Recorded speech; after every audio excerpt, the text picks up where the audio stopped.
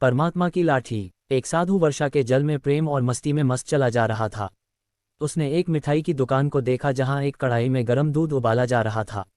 मौसम के हिसाब से दूसरी कढ़ाई में गर्मा गर्म जलेबियां तैयार हो रही थीं। साधु कुछ क्षणों के लिए वहां रुक गया। शायद भूख का एहसास हो रहा था या मौसम का असर था। साधु हलवाई की भट्टी को बड़े गौर से देखने लगा। साधु कुछ खाना चाहता था लेकिन साधु की जेब खाली थी। पैसे तो थे ही नहीं। साधु कुछ पल भट्टी से हाथ सेंकने के बाद चला ही जाना चाहता था, तब तक नेक दिल हलवाई से रहा न गया और एक प्याला गर्म दूध और कुछ जलेबियां साधु को दे दीं। साधु मलंग ने गर्म जलेबियां गर्म दूध के साथ खाए और फिर हाथों को ऊपर की ओर उठाकर हलवाई के लिए प्रार्थना की, फिर आगे चल दिया। साधु बाबा का पेट भर चुका था। दुनिया के दुखों से बेपरवाह वो फिर एक नए जोश से बारिश के गंदे पानी के छींटे उड़ाता हुआ चला जा रहा था। वह इस बात से बेखबर था कि एक युवा नवविवाहिता जोड़ा भी वर्षा के जल से बचता बचाता उसके पीछे चला आ रहा है।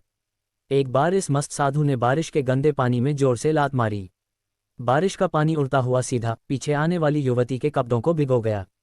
उस औरत के कीमती कपड़े कीचड़ से लथपथ हो गए। उसके युवा पति से यह बात बर्दाश्त नहीं हुई, इसलिए वह आस्तीन चढ़ाकर आगे बढ़ा और साधु के कपड़ों को पकड़कर खींचकर कहने लगा, अंधा है, तुमको नजर नहीं आता? तेरी हरकत की वजह से मेरी पत्नी के कपड़े गीले हो गए हैं और कीचड़ से भर गए हैं। साधु हक्का बक्का सा खड़ा था, जबकि इस युवा को साधु का चुप रहना नाखुशगवार लग रहा था। महिला ने आगे बढ़कर युवा के हाथों से साधु को छुड़ाना भी चाहा, लेकिन युवा की आंखों से निकलती नफरत की चिंगारी देख वह भी फिर पीछे खिसकने पर मजबूर हो गई।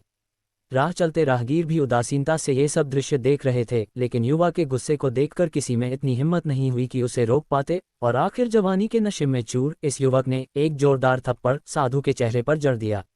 बूढ़ा साधु मलंग थप्पड़ की ताप झेलता हुआ लड़खड़ाता हुआ कीचड़ में जा गिरा। युवक ने जब साधु को नीचे गिरता देखा तो मुस्कुराते हुए वहां से चल दिया। बूढ़े साधु ने आकाश की ओर देखा और उसके होठों से निकला, वाह मेरे भगवान, कभी गरम दूध जलेबियां और कभी गरम गरम थप्पड़, लेकिन जो तू चाहे मुझे भी वही पसंद है। ये कहता हुआ वह एक बार फिर अपने रास्ते पर चल दिया। दूसरी ओर वह युवा जोड़ा अपनी मस्ती को समर्पित अपनी मंजिल की ओर अग्रसर हो गया। थोड़ी ही दूर चलने के बाद वे एक मकान के सामने पहुंचकर रुक गए। वह अपने घर पहुंच गए थे। वो युवा अपनी जेब से चाबी निकालकर अपनी पत्नी से हंसी मजाक करते हुए ऊपर घर की सीढ़ियों तय कर रहा था। बारिश के कारण सीढ़ियों पर फिसलन हो गई थी। अचानक युवा का पैर फिसल गया और वह सीढ़ियों से नीचे गिरने लगा। महिला ने बहुत जोर से शोर मचाकर लोगों का ध्यान अपने पति की ओर आकर्षित करने लगी, जिसकी वजह से काफी लोग तुरंत सहायता के लिए युवा की ओर लपके, लेकिन देर हो चुकी थी। युवक का सिर फट गया था और कुछ ही देर में ज्यादा खून बह जाने के कारण इस नौजवान युवक की मौत हो चुकी थी। कुछ लोगों ने दूर से आते साधु बाबा को देखा तो आपस में कानाफूसी होने लगी कि निश्चित रूप से इस साधु बाबा ने थप्पड़ खाकर युवा को श्राप दिया है, अन्यथा ऐसे नौजवान युवक का केवल सीढ़ियों से गिरकर मर जाना बड़े अचंभे की बात लगती है। कुछ मनचले युवकों ने यह बात सुनकर साधु बाबा को घेर लिया।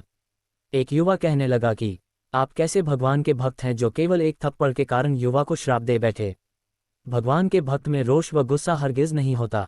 आप तो जरा सी असुविधा पर भी धैर्य न कर सकें। साधु बाबा कहने लगा, भगवान की कसम, मैंने इस युवा को श्राप नहीं दिया। अगर आपने श्राप नहीं दिया तो ऐसा नौजवान युवा सीढ़ियों से गिरकर कैसे मर गया? तब साधु बाबा ने दर्शकों से एक अनोखा सवाल किया, आप में से कोई इस सब घटना का चश्मदीद गवाह मौजूद है? एक युवक ने आगे बढ़कर कहा, हाँ, मैं इस सब घटना का चश्मदीद गवाह हूँ।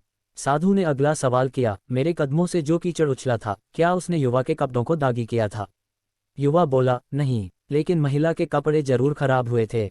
मलंग साधु ने युवक की बाहों को थामते हुए पूछा, फिर युवक ने मुझे क्यों मारा? युवा कहने लगा, क्योंकि वह युवा इस महिला का पति था और यह सब वह बर्दाश्त नहीं कर सका कि कोई उसके पत्नी के कपड़ों को गंदा करे, इसलिए उस युवक ने आपको मारा।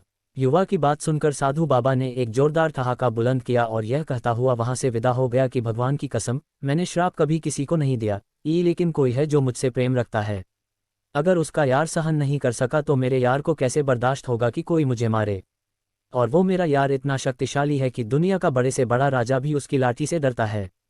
सच है, उस परमात्मा की लाठी दिखती नहीं और आवाज भी नहीं करती, लेकिन पड़ती है तो बहुत दर्द देती है। हमारे कर्म ही हमें उसकी लाठी से बचाते हैं। बस कर्म अच्छे होने चाहिए, ना जाने कितनी अनकही बातें साथ ले जाएंगे। लोग झूठ कहते हैं कि खाली हाथ आए थे, खाली हाथ जाएंगे। हरे कृष्ण। यदि आपको ये कहानी पसंद आई तो आप कमेंट करके हमें बताएं। कहानी को लाइक करें, दोस्तों को शेयर करें और सब्सक्राइब करें ताकि नित्य ऐसी कहानी आपको नियमित मिलती रहे। धन्यवाद।